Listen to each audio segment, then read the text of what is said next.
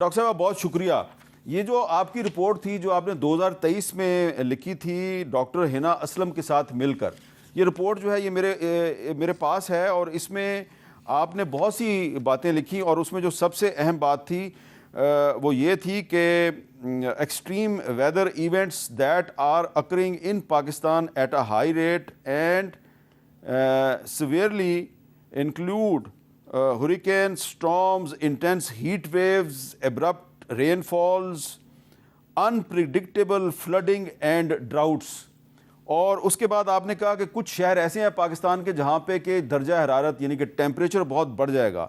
उसमें कोयटा है, कराची है, उसमें मुजफ्फराबाद है और गिलगित है। और मुजफ्फराबाद और गिलगित पहाड़ी इलाके हैं, लेकिन इनका भी आपने जिक्र किया अपनी रिपोर्ट में। अब मैं आपसे जानना चाहता हूँ कि ये जो इस वक्त हमें एक मौसमियाती तब्दीली नज़र आ रही है, बारिशें शुरू होती हैं फिर बंद ही नहीं होती और सैलाब आ जाता है, फिर सैलाब जो है वो एक लोग उसको अजाब कहना शुरू कर देते हैं कि ये अजाब इलाही है।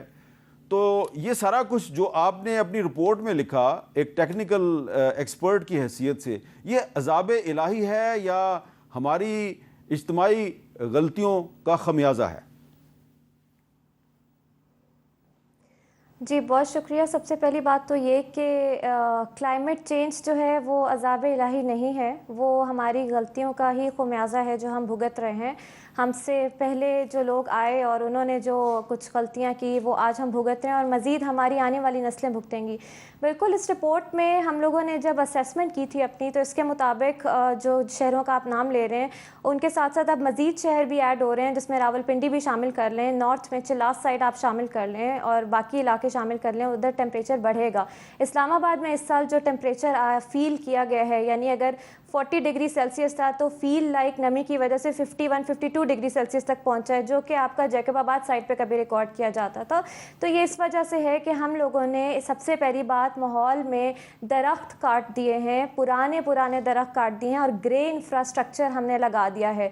हम लोगों ने दरियाओं, नदी नालों के ऊपर इंक्रोचमेंट करके वहाँ पे कंस्ट्रक्शन कर दी है, दरियाओं के रास्ते हमने रोक दिए हैं। अभी पिंडी इस्लामाबाद में जो आज हुआ है बारिशों की वजह से, उसकी सबसे बड़ी वजह यही है कि बारिशें तो होनी है, एक मौसमियाती तब्दीली है। हमें पता है कि Pakistan climate risk index report के मुताबिक सबसे टॉप पे है वल्नरेबिलिटी पे अगर हम बात करते हैं। तो बारिशें तो होंगी, लेकिन उसको मैनेज करने के लिए हमें कुछ लोकल क्लाइमेट एक्शन भी करना चाहिए, जिसके लिए ज़रूरी है कि हम ग्रे इंफ्रास्ट्रक्चर को अर्बन क्लाइमेट रिजिलियंस के अकॉर्डिंग बनाएं। दरख्त पुराने काट के अगर हम आज जितने नए दरख्त लगा दें कोई फ़ायदा नहीं है, कितने साल लग जाएंगे उनको बढ़ने में और उनका वो इम्पैक्ट आने में, वो तो बहुत टाइम लगेगा। अभी जो आप देख रहे हैं सैलाबी सूरत हाल, बड़ी बड़ी पोस्ट सोसाइटीज़ में सैलाबी सूरत हाल आई हुई है, उसकी सबसे बड़ी वजह यह है कि आपने दरिया का रास्ता काट दिया, रोक दिया। पर दरिया तो नेचर है, नेचर अपना रास्ता वापस लेने आता है, तो ये इसलिए सैलाबी सूरत हाल बनी हुई है। दूसरी बात ये कि जो आपका जितना कंस्ट्रक्शन का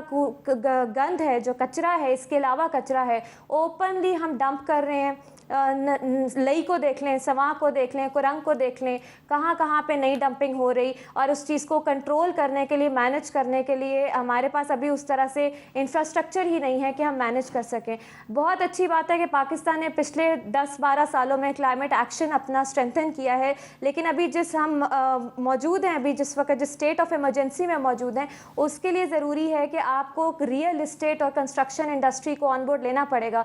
आज की मिसाल नहीं है सिर्फ जो आज बारिशें हो गई, अभी कुछ दिन पहले इस्लामाबाद में जो यालाबारी हुई है, जब आप इसके लॉस एंड डैमेज का तखमीना लगाते हैं तो अमीर बंदा तो अपनी गाड़ी जो उसकी तबाह हुई है यालाबारी से उसका वो भर लेगा, गरीब की गाड़ी मोटरसाइकिल का खुमियाजा कौन भरेगा? तो मेरे ख्याल से ये बहुत बड़ा पैटर्न है। आज तक हम जितनी भी इंप्रूवमेंट कर गए हैं, रियल इस्टेट और कंस्ट्रक्शन इंडस्ट्री को हमने अपने प्लानिंग प्रोसेस में शामिल किया ही नहीं। शहरी आबादी को देख लें, आपका सिर्फ शहर नहीं है, एक तो वो शहर है ना जिसको आप मॉनिटर कर रहे हैं, एक शहर है आपका जो स्लम एरियाज़ में है, जिसको हम अर्बन पुअर कहते हैं, या जो स्लम एरियाज़ में कच्ची आबादियां हैं, उधर जो हालात है वहाँ पे तो इससे भी ज़्यादा तबाही है। वो बेचारे हम इवैक्यूएशन कर भी दें तो किधर उनको हम रीलोकेट करें, उनको कहाँ पे हमने एडजस्ट करना है? तो ये सारे मामलात हैं जिसकी वजह से ये सिर्फ आज का मसला नहीं, ये अब आने वाली नस्लों को भी भुगतना है अगर हमने आज एक्शन नहीं लिया। जी मुर्जा वहाब साहब, आप कराची शहर के मेयर हैं, तो यकीनन आपके भी इल्म में होगा, ये कोई मैंने नई रिपोर्ट नहीं है, ये तो 10 साल पहले सेनेट की स्टैंडिंग कमेटी को ब्रीफ किया गया था कि कराची ठट्ठा बदीन इन इन तीनों शहरों को ख़तरा है। इसके अलावा भी मेरे पास जो रिपोर्ट्स हैं वो और भी शहरों का जिक्र कर रही हैं। तो आपने कभी इस सिलसिले में सोचा है कि कराची के साहिल पे जो समुंदर है उसकी सतह जो है वो बुलंद होती जा रही है और कुछ इलाके जो हैं कराची के वो ऑलरेडी जो हैं वो समुंदर बुर्द हो चुके हैं और मज़ीद जो है उनका ख़तरा है, तो इसको निमटने के लिए आपने कोई प्लानिंग की हुई है? बिस्मिल्लाहिर्रहमानिर्रहीम। हामिद मीर साहब, मैं गुजारिश करूं कि अभी तक हम बहैसियत शहरी के इस थॉट से रेकनसाइल नहीं कर पाए कि climate change is a reality. जी, हम अभी भी बहुत सारे लोग जो हैं वो अपनी गुफ्तगू में इस बात को एक्सेप्ट ही नहीं करते। वो ये कहते हैं कि नहीं, ये कोई नाअहली है, ये इनकॉम्पिटेंस है, लैक ऑफ प्लानिंग है, जिसकी वजह से हम इन हालात से गुज़र रहे हैं। मेरा ये मानना है कि climate change is a reality और हम बेसिक सवाल है, जो कुदरत से टकराएगा उसका कोई ना कोई यही अंजाम होता है। मैं मैडम की बात सुन रहा था और मैं इस मैडम की बात से 100% ये इत्तेफाक करता हूँ कि जब आप नेचर के प्रोसेस में इंटरफेयर करेंगे तो उसका नतीजा बिल्कुल ऐसा ही होगा। देखिए ना, ये जो फ्लड्स हैं या अर्बन फ्लडिंग है, अगर आप अपने नदी नालों के अंदर, रिवर बेड के अंदर कल्टीवेशन स्टार्ट कर देंगे, अगर वहाँ पे आप इंक्रोच करके दुकानें बना देंगे, घर बना देंगे, होटल बना देंगे, तो नेचुरली कुदरत तो अपना रास्ता बनाएगा, वो अपनी जगह को रिक्लेम करना शुरू करेगा।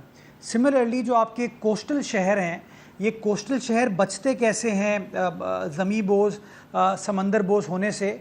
उसकी बुनियादी फैक्टर ये है, जो कि अनफॉर्चुनेटली जो नदन पाकिस्तान में शायद लोग रहते हैं वो अभी तक इस थॉट से रेकनसाइल नहीं कर पाए हैं। वो ये है कि दरिया का पानी जो है वो समंदर में जाना लाजमी है। जब दरिया का पानी समंदर में जाएगा तो समंदर के पानी को पीछे धकेलता है। और पिछले कई सालों से जो ये हम लोअर राइपेरियन के लोग हैं जो southern parts of the country में रहते हैं, हम ये बात आर्टिकुलेट करते रहे हैं, ये कहते रहे हैं कि जो एडिक्वेट नंबर है जो कि आपका समंदर में जाने की ज़रूरत है वो नहीं जा रहा। आप पिछले 2, 3, 4 साल, 10 साल की बात करें हामिद मीर साहब, मुझे 2002-2003 में जब मेरी वालदा पार्लियामान की रुकन थी, उस ज़माने में मुझे याद है कि ठट्टा सजावल का इशू, बदीन का इशू पाकिस्तान पीपल्स पार्टी की क़यादत कौमी असम्बली में, सेनेट में उठाती थी कि वहाँ का जो फर्टाइल लैंड है वो समंदर बोझ होता जा रहा है। क्यों? क्योंकि आपका पानी जो है दरिया का वो नहीं जा रहा। सिमिलरली जो कराची के अंदर भी आपके 2 वाटरवेज हैं, जो कि लियारी नदी कह लें या मलीर नदी कह लें, उसके अंदर भी वो एडिक्वेट क्वांटम पानी का अवेलेबल नहीं है, जिसकी वजह से वो पानी समंदर को पीछे हटाने में हम अभी तक कामयाब नहीं हो पाए। तो सबसे इम्पॉर्टेंट चीज़ तो ये हामिद मीर साहब कि सरकार को इस थॉट से रेकनसाइल नहीं करना, एक आम शहरी को इस बात को एक्सेप्ट करना है कि जो हमारा तरीक़ेकार माजी में रहा है वो दुरुस्त नहीं है। और अगर हम चाहते हैं कि हमारी आने वाली नस्लों को प्रॉब्लम ना हो तो आज हमें ये फ़ैसला करना होगा कि माजी से सबक हासिल करें।